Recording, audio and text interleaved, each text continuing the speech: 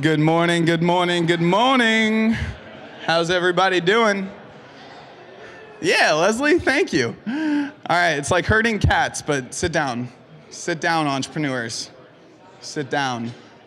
Rick Usher, Grant Gooding. Grant Gooding, Rick Usher. Rick Usher, Grant Gooding. I just felt like calling you guys out. Anyways, good morning. How's everybody doing? Woo! All right, it's 1 million cups time. So, how many people is it your first time at 1 million cups? Show of hands. A few. All right, so first timers, welcome, first off. Second, what are you getting yourselves into? So there's gonna be two businesses coming up here today, telling you their story, giving you kind of the basic pitch, and also trials, tribulations, the tough parts. And you get a chance to kind of poke holes in it, ask questions, and get to know a little bit more about the business.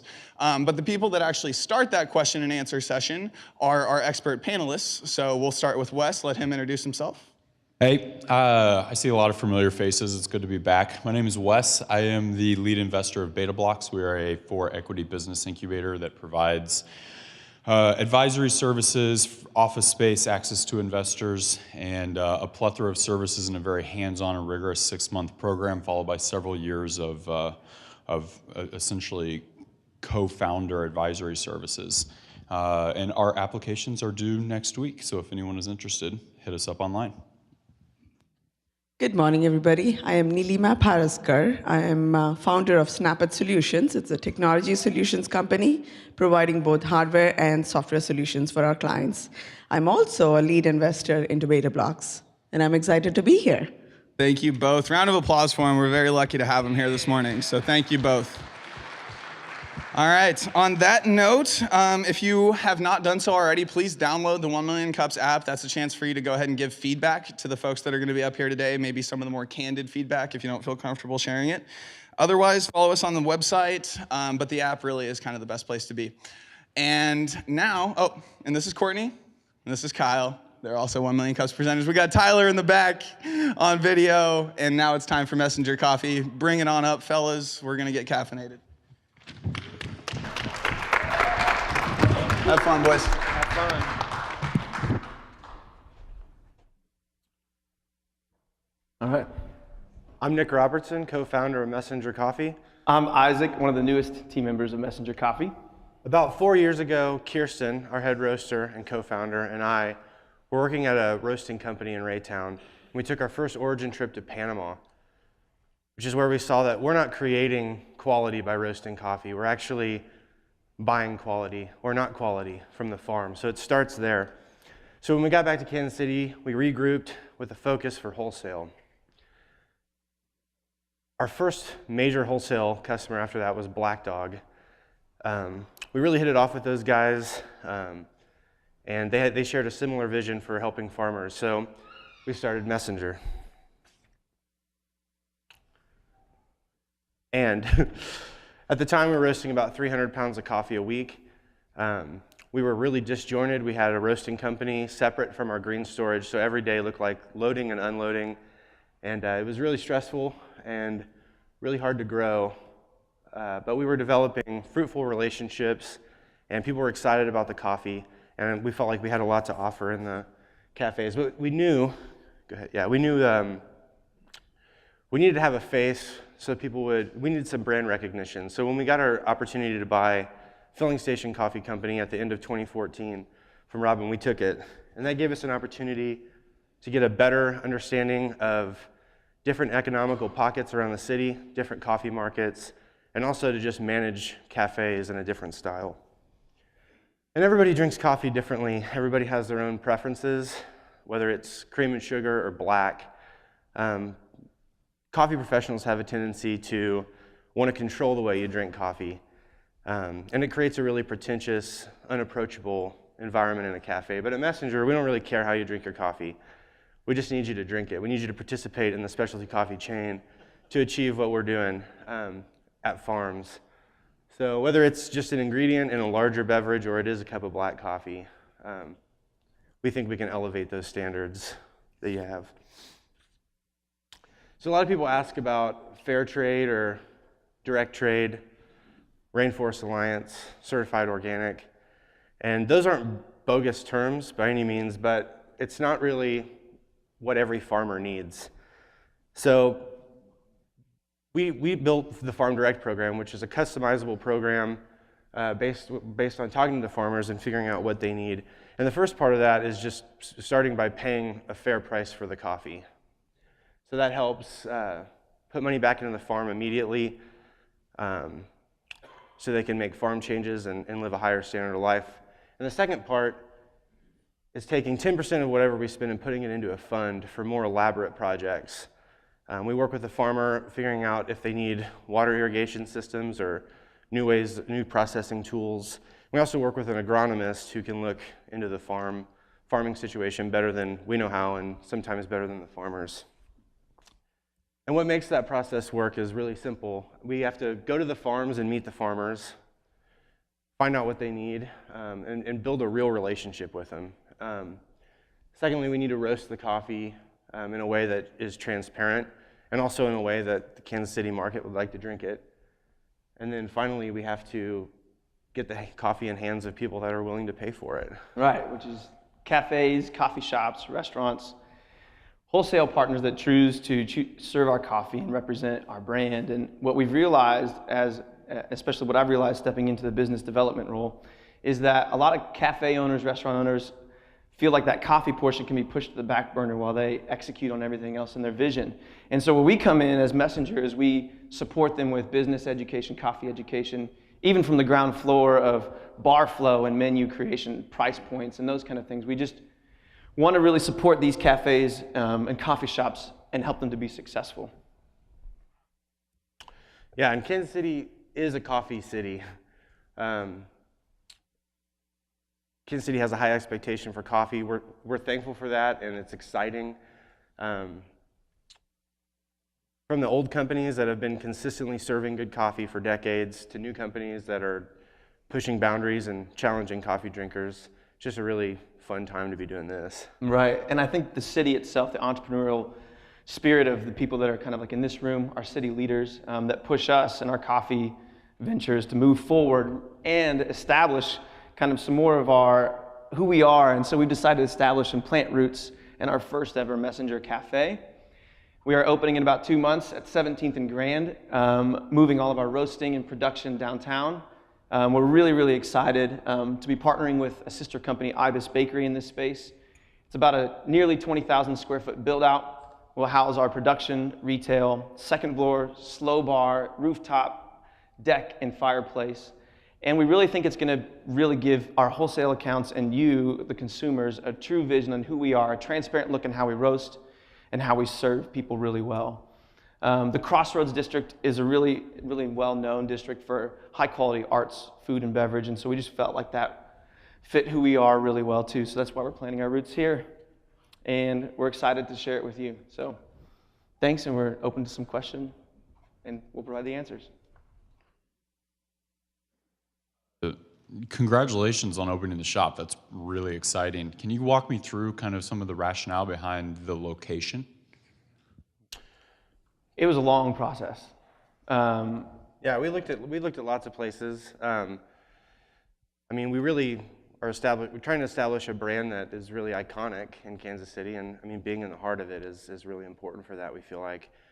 Also, like, the building was just right. We have a huge freight elevator, and so it's a good place to grow into.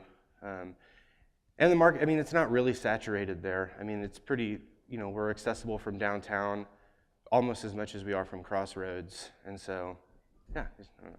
Cool. Yeah, it's like having a baby when you put your name on 20,000 square feet. Yeah. If you could walk me through, help this audience, who is obviously your target market, because I'm sure they're going to consume 3 cups apiece today alone. What is your main differentiator? Like, what makes you stand out from any other wholesalers in Kansas City, let alone in the United States, and anyone else that's even remotely touching coffee? Like, you said brand 6-7 times. What is that? Well, as I said in the early part, what we were discovering is that the cafes, like, there's good coffee everywhere, but it's really that line of support for the wholesale customers with churches, restaurants, and espresso bars. We work with them really closely, so we invite them into our space and like we do training, bar consultation, and that was something that was just needed. As you know, cafes open and close really quickly. And so, we just try to be in their corner, and it's been really good so far. And also, probably a really intense focus on farm activity and transparency there has been, as far as I know, pretty unique. Yeah, I think that the double piece to that, what we're doing at the Farm Direct program that we established, which both those coffees back there are two Farm Direct coffees that you're tasting, where Nick has met the farmers, planned out projects with them, and then that business development piece, from new cafes to cafes that have been in business for a long time, bringing life to them, allowing them to kind of take a breath from having to worry about coffee service and giving that to us and helping them just be successful. Yeah. I'll probably be one of your first customers to go visit. I don't treat myself every day with coffee, but I do. When I do, I go to specialized places. So I'm excited about you guys coming in. Why Kansas City? What exactly Kansas City brings to your business? And since you're a wholesale or a retail coffee shop, it's probably you're thinking beyond Kansas City already. How can Kansas City be more beneficial to your business within the United States or maybe beyond? Yeah. What are you thinking about there? Well, Kansas City is, like I talked about how there's been consistent specialty coffee roasters for decades now. I think it's just primed for what this project is.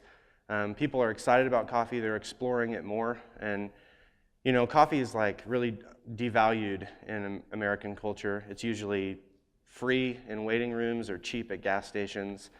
And so this is just the right time. And also it is centrally located, and there's already really big things happening on the coast. So yeah.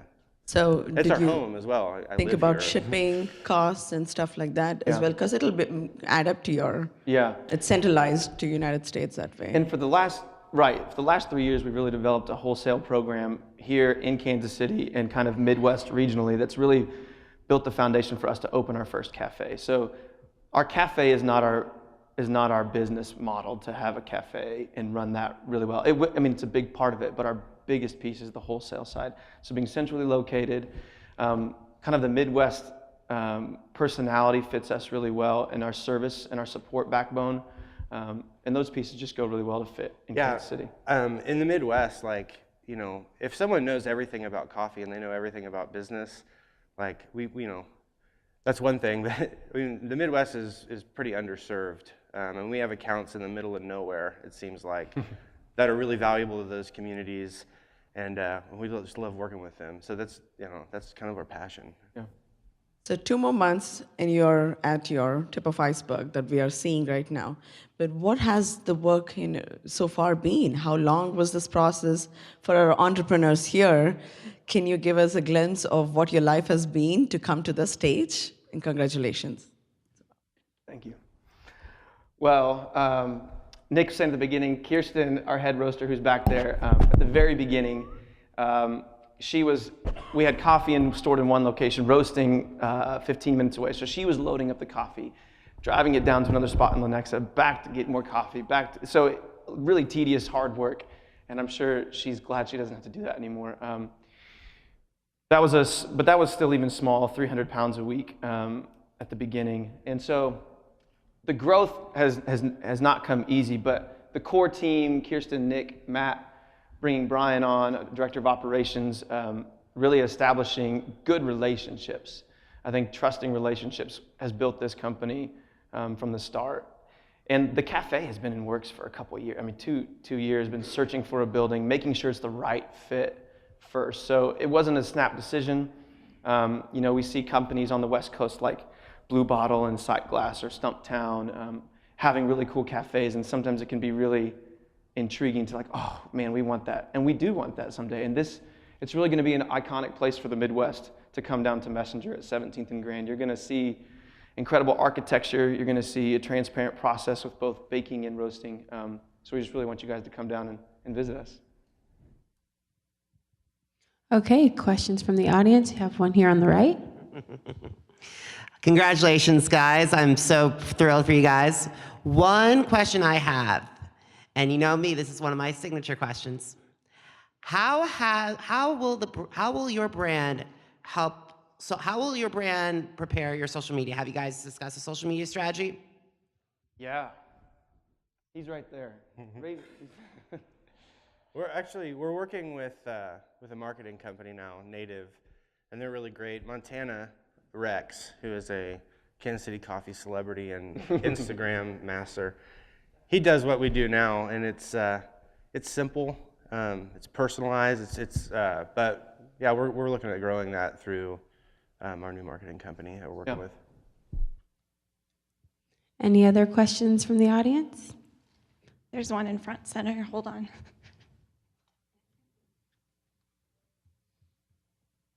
Hey, what does your name mean? What is Messenger Coffee? Yeah, so Messenger, the idea is that from the beginning, realizing that we don't actually create quality, but we're handling it from, we carry it from the farm to the consumer. So that's basically it. Being the messengers of the farm. Yeah. Yeah. The messenger of quality. And kind of expand on that too. Sometimes companies say that we're the ones that do the work, we're the ones that create the quality. Kind of just expand on what he's saying at the roasting level. Like we can manipulate it, and we can manipulate it to a certain degree, but it has to start with 100% potential from the farm. And so when we get that coffee, when Nick and Montana and Kirsten go down to the farms, picking out the right coffees, we just realize that's where the potential is, and we just want to execute and be messengers of that potential and that hard work from the farm. Yeah, it was just kind of annoying when you see roasting companies that are like, they act like carpenters or something, like they're like creating this thing, and I mean, yeah, we just don't see it that way. So, although it is a very important part and we nail it, but That's right. On the right in the center. Two questions. First, I'm assuming your coffee is priced as a premium coffee versus, I guess, some of the normal stuff people would buy, at the grocery store per pound. And second point, and I guess so. First on that, who do you compete with in that space? Like, if there were direct competitors to you in the Kansas City market, who would they be? Second of all, when you mentioned wholesale, I heard restaurants and so forth. I didn't hear anything about offices. Have you actually tried to go into that space? Is there an opportunity, or are they just traditionally too cheap? Yeah, I'll let you take the first part. I'll take the second part. yeah. So the first question was Price points. Price points. So we actually do carry premium coffees anywhere up from, we sell in 12-ounce bags, and we've had coffees that we sell for $30-some a 12-ounce bag. Those are usually high-end varietals or really intense separation processes. And then the average price is about 18. But we buy coffees of all different grades from the farm, because a commitment to the farmer means, committing to their crop. And so we do buy coffees at lower price points as well. And then also an important thing to mention would be that our wholesale pricing is actually on the lower end of the spectrum, whereas our retail pricing, we try to set a lot of margin for our customers. So that helps with our image, I think, like when they see that the coffee at a retail level is high end. And then what was the second part of the question? Sorry. Second part was the office thing. Yeah, we're in offices. Small to big, and that's been an interesting step into that wholesale perspective, because some of those offices love great coffee and are intrigued by serving their employees with great coffee, but they might only run through a couple pounds a week, and we still love that. We'll set them up with a home brewer and nice grinder and good coffee, delivering to them weekly, just like we would handle a really large account that runs through hundreds of pounds of coffee. We treat all of them the same, bring them out to a space from training and tastings, and so we love the office space. It's a lot of fun. Yeah, and then our competition, we do compete with the Roastery, for instance, who supplies brewers and espresso machines, and they're a full service, coffee company. But we also work. I would say our competitors. There's really only a few people that are really buying high-end coffee. Oddly Correct is one of them, and he does a fantastic job. So I feel like we compete at both those levels. So, yeah. Question back center? No? Okay. Hold on. I think we had a question. Question in the back here from Leslie. So you mentioned that you were hauling your coffee from Lenexa over to the filling station, right? For at the beginning, Yeah. it was Lenexa to Lenexa, just opposite ends Okay. of Lenexa. So now you're going to be all over on this side of the state line, and not trying to start any state rivalries, but how do you think that having it all on one side of the state line, regardless of which side it might be, is going to help you from an operations, financial, tax standpoint? That's a really good question. I know those factors have played into the conversation. I think our decision to choose to come over to Missouri side was more for location and not really the financial side. We really cared about the right building, the right district of people. We love Kansas. I mean, a lot of us are from Kansas, and we were proud to say that we started in Kansas. And it's Well, to be clear though, Benetti's was in Raytown, Oh. Missouri. So we actually started the foundation of the business in Raytown, Missouri before moving to Lenexa. there you go. But yeah, I mean, the building and like, you know, building the brand in Kansas City was #1 priority. So. Yeah. Question front center. Hi, guys. Thanks for the presentation. So I live up on Union Hill. We've been customers of the filling station for the 4 or 5 years that we've lived over there. My wife's still lamenting the change out of the baked goods vendor. So, so are you opening in a partnership with the other tenant that's going into the space, or they're going into separate space? That's one question. The baking company that I think is going in the other part of your property there. But the question is, okay, in the neighborhood, there's Mildred's, there's Roastery, there's Thou Mayest about 30 seconds away. How many high-end, expensive coffee locations can the East and West Crossroads really support? And, is that factoring into your decision at all? Yeah, have you been to Seattle? So yeah, I think like as the city grows, as the population grows, and this is really, especially coffee is not new in Kansas City by any means, but I've been doing this for about 10 years, and I've just seen it grow really quickly, and I think that there's still a lot of people not drinking specialty coffee, so I'm not really concerned about that. And then we're a wholesale roasting company, so this is a home base for us to sell coffee anywhere we want. So yeah, there are a lot of coffee companies, but yeah. And the first question, Ibis Bakery is sharing the space with us. So they're on the first floor. You'll see all of their baking on the first floor, milling their own flour on site, right next to our retail cafe space. Second floor will house our roasting and some more retail, slow espresso bar on the second floor. And there's overlapping ownership there. So my partners, Matt and Chris Mach, they own Ibis Bakery. Yeah, and they're right next door to Black Dog right now, and they operate basically as one cafe. So question from me. On the other side of that coin, kind of to Steven's point, is there actually any advantage to having that many roasters and that many kind of coffee connoisseurs in a small space? Is there any sort of like collision density in the coffee world? Is that a thing? We think so. Yeah. Like I said, although it might seem like everyone drinks specialty coffee, Kansas City is a lot bigger than that. And so just awareness is gonna change things. And I happen to know that coffee shops are opening up every day, and we share numbers with our accounts, and their numbers tend to be growing. So yeah. We're confident that that is true. So Almost like a mecca of Kansas City coffee. Oh, I thought Rick had a question. He's just taking a picture. You got a question, Rick? He's on the spot. So what you're talking about then is support for an innovation district. You see the collision density, and that's what's happening in Crossroads today. So that was a good transition. Anyway, thanks. Thanks for pointing that out. Leslie, You've mentioned did you a few times your commitment to the farmers. Can you unpack that a little bit more? And then why should I, as a consumer, care? Yeah. Commitment to the farmer means, we've been back, we're still a new company, but from the very beginning, our first relationship was in El Salvador with the Valientes, Finca Columba and Finca Calera. So we've been back every year since.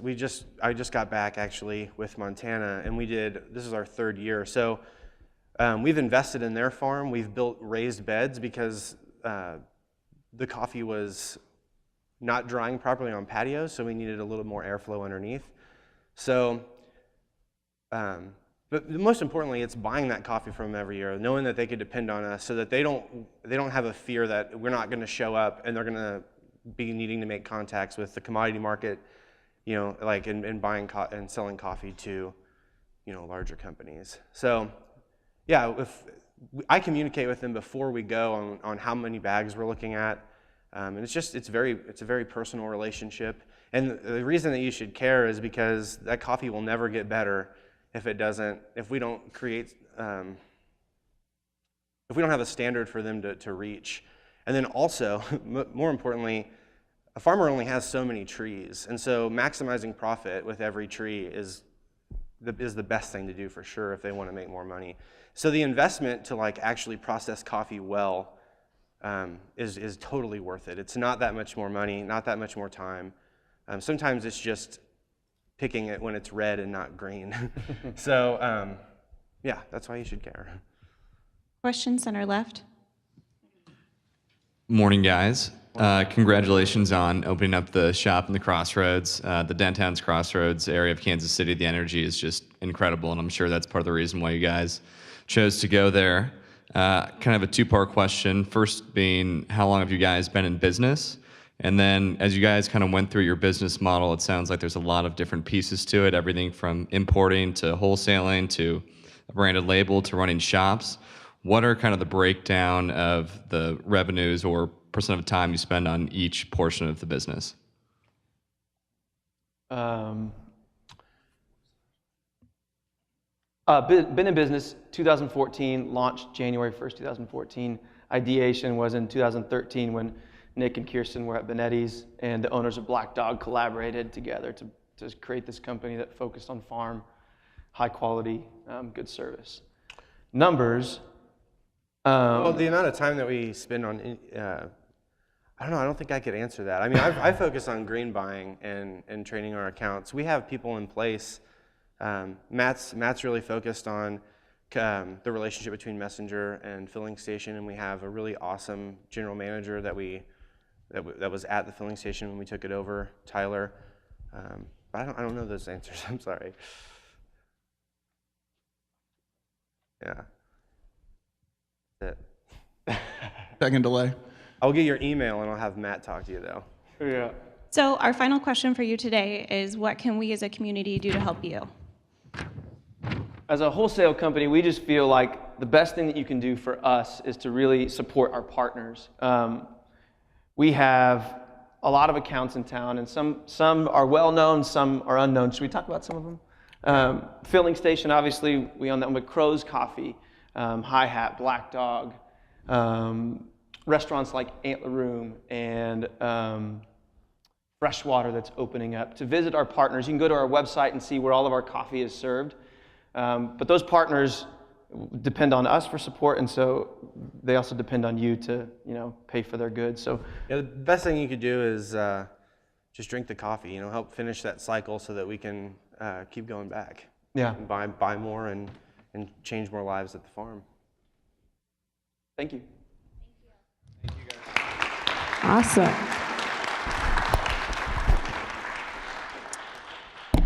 All right, it's time for Mug Club. Raise your hand if you've been here 10 times or more. Raise your hand if you have, put your hand down if you haven't had a mug. All right, in the back, hold on one second. So let us know why you come every week. Excuse me, can you pass that to him? Hold on one second. Great knowledge. I love coming here and understanding a lot of things. It's good. Awesome. Okay, just a reminder, we have all the announcements up here on the wall, so just be reading those as they flash. And then our next presenter is, hold on one second, let me grab my, we have a live announcement. Sorry, Jacob. Sure. Hi guys, my name is Jacob Eliashar. I'm the freelance Freelance Exchange social media director. Now I have a couple quick questions to ask you. How many of you are prepared for tax season? Raise your hand. Okay. How many of you need help with taxes this season? Raise your hand. Thank you. Alrighty, so on Friday, the Freelance Exchange is having our favorite accountant, Jeff Green of Green & Company, and he'll be sharing tips on how you can prepare for the tax season. All you need to come is to the Rio Italian Grill, down to Tuscan Grill at the Country Club Plaza, and it starts at 11:30. We have networking, and then from 12 to 1, we'll have questions. You'll get your questions answered. Thank you. All right, excellent. Our next presenter is Eden Lord with My City Med.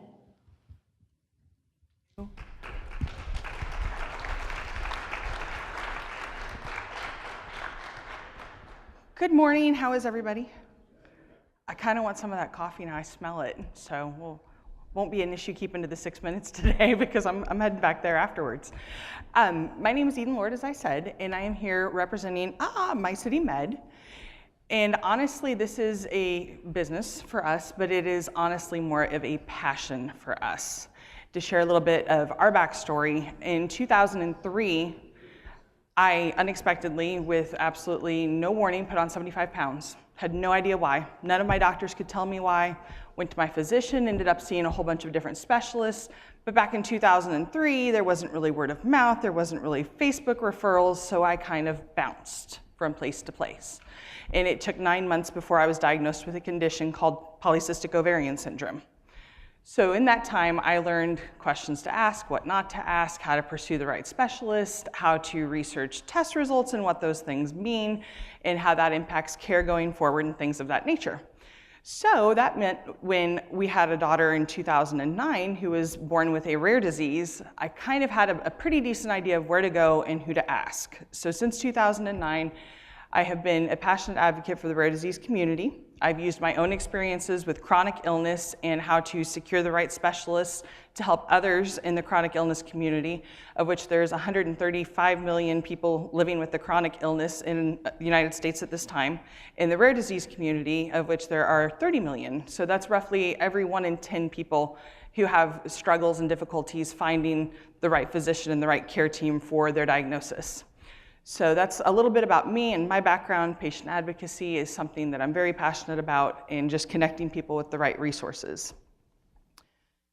So to speak a little bit more about my daughter and her journey since 2009, this is just one slide. We would be here the entire 6 minutes otherwise. We've had, during the time of her diagnosis at 4 months of age until today, we've had 5 confirmed diagnoses, 1 undiagnosed condition. We've had her genome mapped at the National Institutes of Health. We have had 1 EEG, 68 appointments. You know, you can kind of go on down the list. The bottom line here is that I was fortunate enough during college to work at the Midwest Research Institute across the street. And I worked for, at that point, the Center of Health and Social Research. So I knew about NIH. I knew that NIH was the center of excellence. I knew that they handled rare diseases. I knew where to go based on my work experience. But most people, again, back in 1999, 2000, weren't familiar with NIH. It wasn't a buzzword. We had a massive hour-long tweet chat on NIH yesterday. So there's definitely more exposure given the amount of social media that we have to share these resources today. Most people don't know where to start when they have a rare disease diagnosis, period. We aim to change that. So in 2014, of the quote-unquote healthy population, as well as chronic illness and rare disease population, 83.2% of adults had some type of interaction with a healthcare practitioner, whether that be urgent care, an annual checkup, a specialist visit, any of those different things. 92.4% of children had interaction with a healthcare professional. So if you think about those numbers, that's pretty staggering. I mean, how many of us spend lots of copays on sick kids? You know, we're in there quite a bit. We want to know that the doctors that we are seeing are the right doctors for us, our medical needs, our medical goals in some instances, and that they are the best qualified to care for us. So the question is, how do you find those resources? Again, 2014 numbers haven't been updated yet, but 125.7 million hospital outpatient visits were done in 2014 alone, and 922.6 million physician office visits. That's a lot of copays. That's a lot of opportunities for doctors to either get it right or get it wrong with a patient. And then, as I'd said before, 133 million living with a chronic illness, and those fuel that 922.6 million physician visits. So the question for us becomes, how do we allow patients, or how do we provide the tools for patients to find what they need support-wise, either pre-diagnosis or post-diagnosis? Meaning, if you are having health care issues and you know that your PCP is not cutting it, you're not seeing results or progress from the treatment plan that you're on, or the constant tests that you're being ordered to go and complete, what do you do, and how do you find those doctors? Well, nowadays, we see a lot of people going out on Yelp. Unfortunately, Yelp doesn't provide a complete and comprehensive picture of a physician, or what their background is, or what their capabilities are. You have a lot of people who self-diagnose through different websites like WebMD, armchair physicians. We see a lot of people who go out on Facebook and say, who's your dermatologist? Who do you recommend?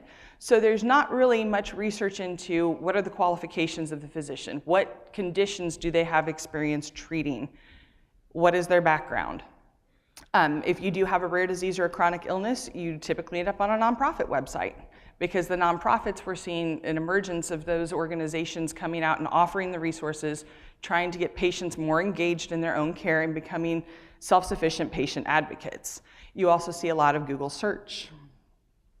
So at MyCityMed, we started out with the intention of making things different, of being able to allow people the opportunity to search either by a specific physician name. So if you do happen to go out on Facebook and someone recommends Dr. Joe, let's go check out Dr. Joe. Let's read some real reviews that aren't just 5 stars across the board. Let's see how his bedside manner is, because maybe if he's got a good bedside manner, I'm more likely to put up with the fact that he's 15 minutes late. So with MyCityMed, instead of having those branches kind of different directions, we aim to have one comprehensive community, one-stop shopping, one search. Patients don't have to go everywhere looking for what they need. We do offer disease info pages, clinical trials information, nonprofit support, searching by diagnosis. Our challenges right now, there are 165,000 healthcare apps. That makes it tough to stand out from the rest. And for us, our next steps will be continued migration of data to an upgraded server that we have in place in app development, which brings us kind of to the end.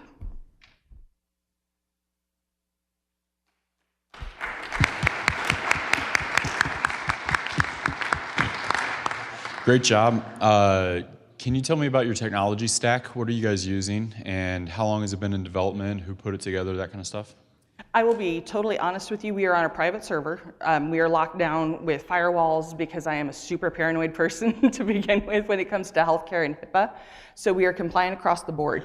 That being said, as we are right now, I coded, and I am not a coder. We are built on WordPress at this point in time, and the reason that I built it myself with no IT background is because I want to be able to see how the different parts interact. I want to know that when you run this granular search and you're using Ajax, these are the results you get. I want to be able to be involved, so as we bring on developers, which we've done now, and they say, oh, I want to move this here, or I want to pull from this table, I can say, no, let's not, or here's a different suggestion. Because the end user is a parent or a caregiver. We need to make results work, and search results, and just the basic functionality of the site work for the end user. We need to make it work for our providers as well, and people who are in our listing database, but ultimately, I wanted to see what all the bits and pieces were. Great. Yeah, stellar answer for the stage of business you're at. One question that I ask some people is, before you launched, all of this was just a series of guesses, a bunch of hypotheses. What stuff did you prove when you got to market that maybe was wrong, and how did you change and adapt? And then what maybe thing did you just nail right away where you're like, that was a correct guess, that was right, good job, double down on that. So I guess a two-part question. That's a good one.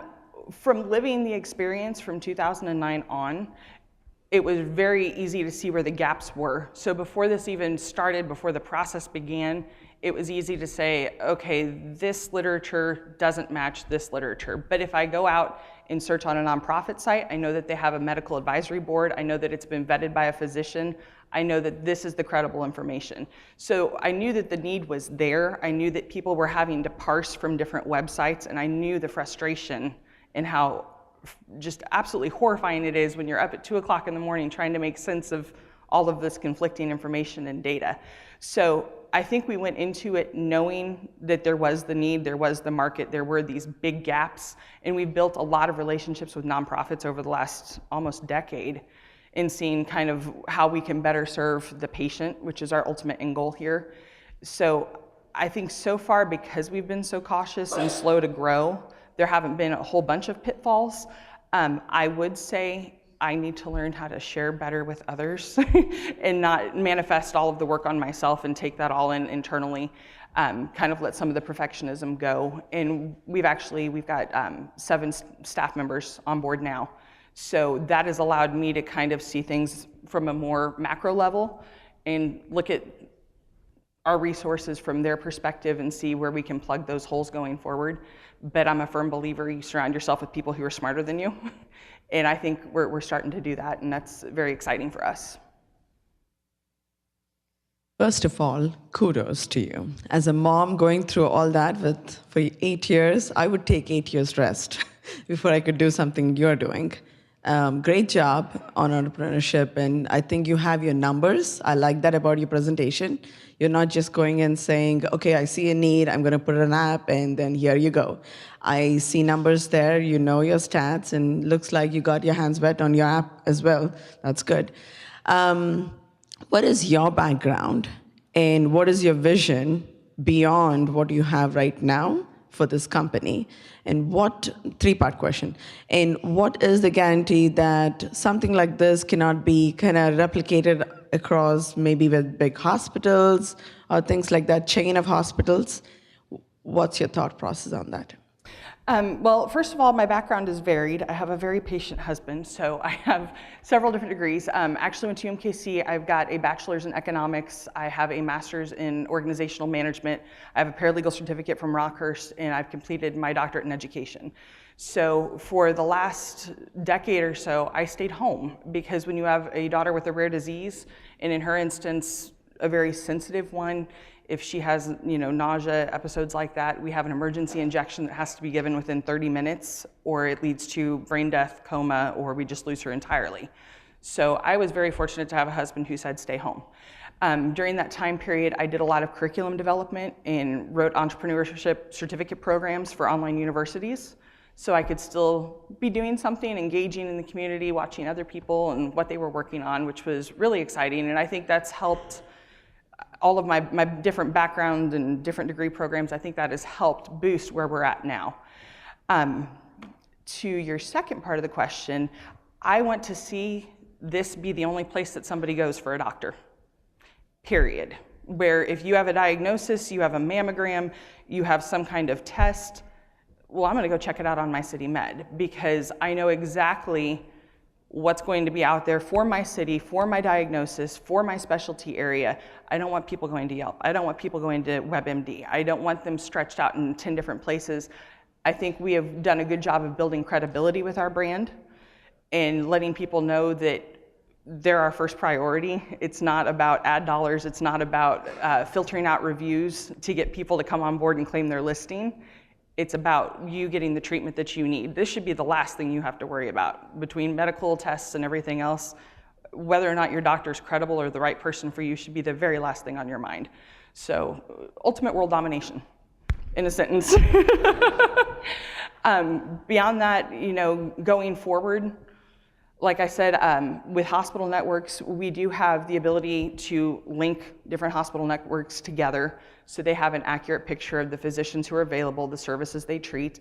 One of the functionalities I'm particularly proud of is if you go in and search by diagnosis, like right now if you search for autism, you will get a list of hospitals who have experience in your geolocated area, who have experience treating autism, nonprofit organizations, awareness events.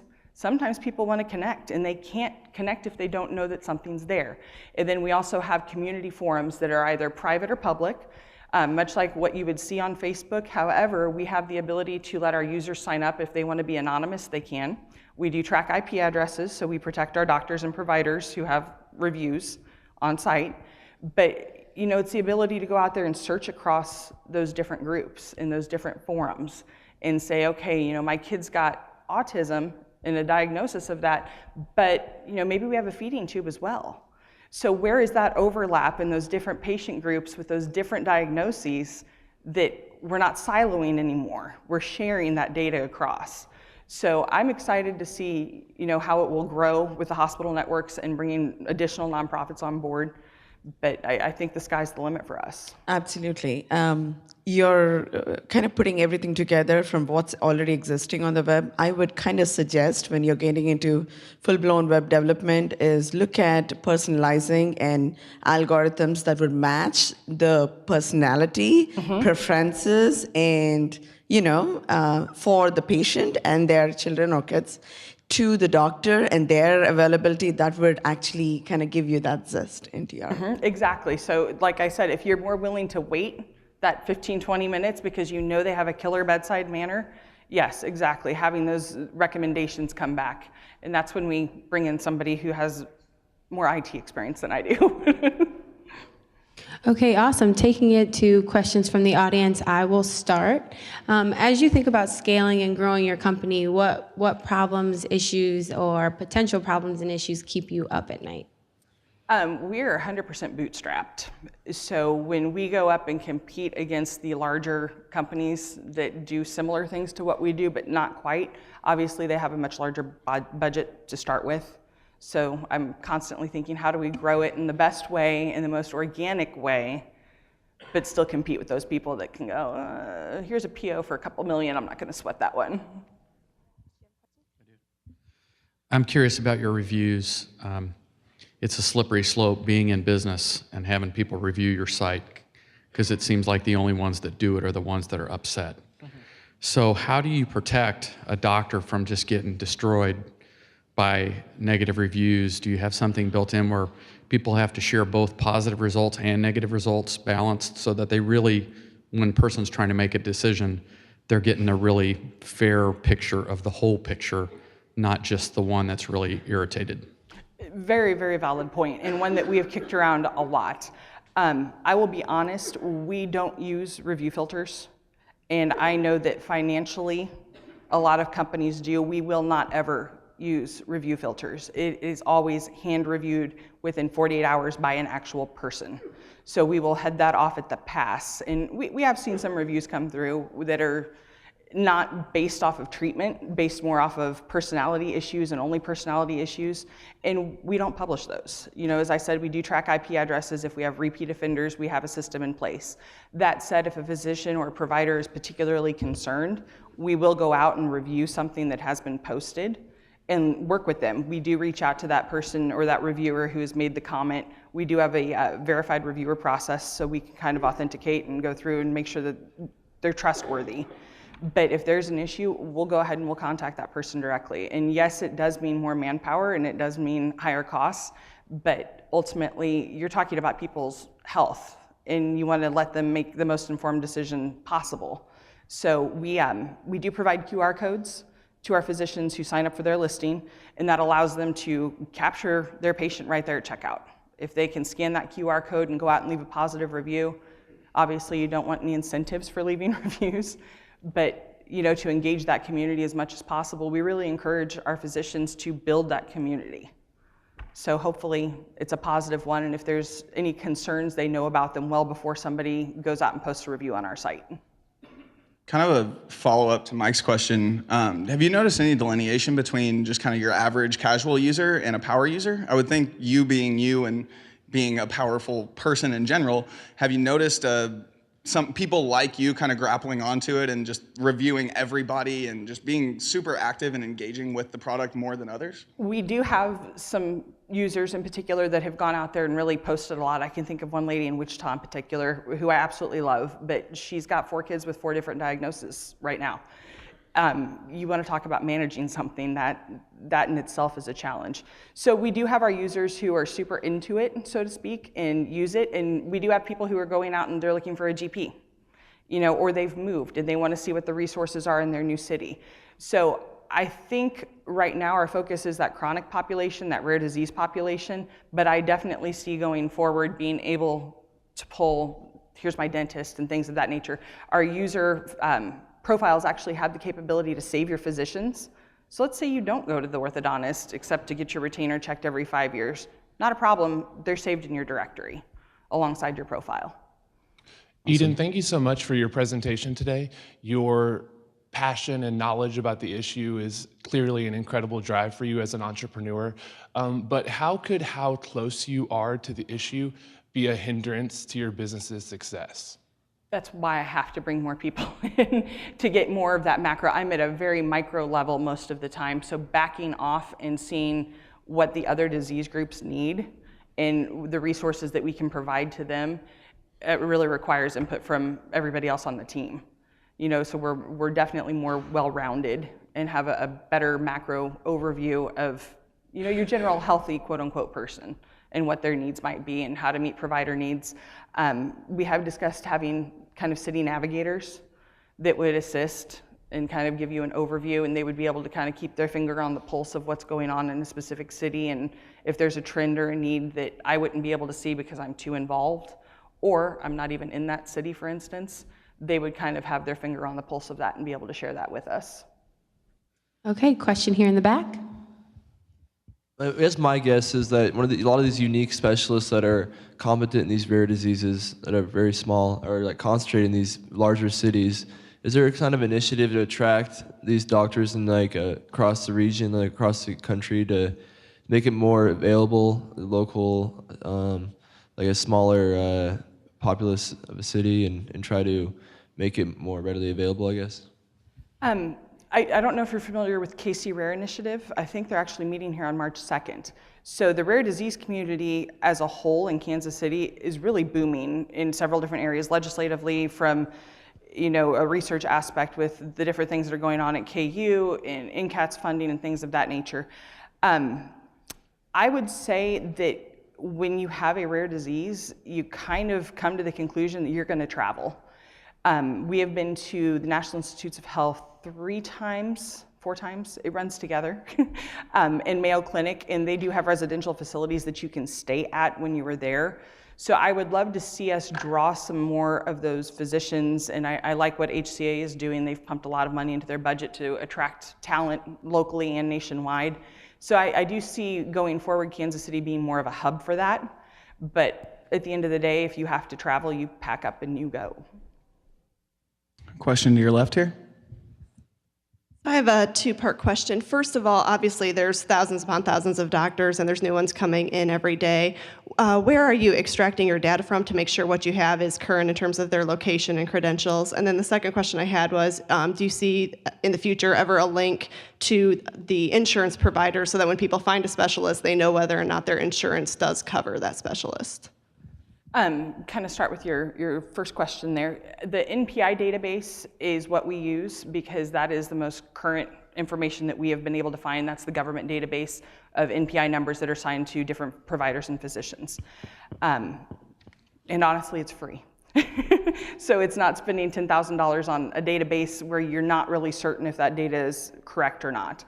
And through marketing efforts, making sure physicians know that they're out there and go check. I mean, it doesn't cost anything to go out and claim your listing and make sure that your information is correct and people can get a hold of you.